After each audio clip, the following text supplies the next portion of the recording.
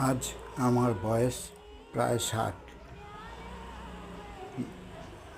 50 বছর আগে প্রতীক্ষা, পুজোর আনন্দ, সুখ সব আমার শুরু হতো প্রথম পূজাবার্ষিকী আনন্দ মেলা হাতে পেয়ে।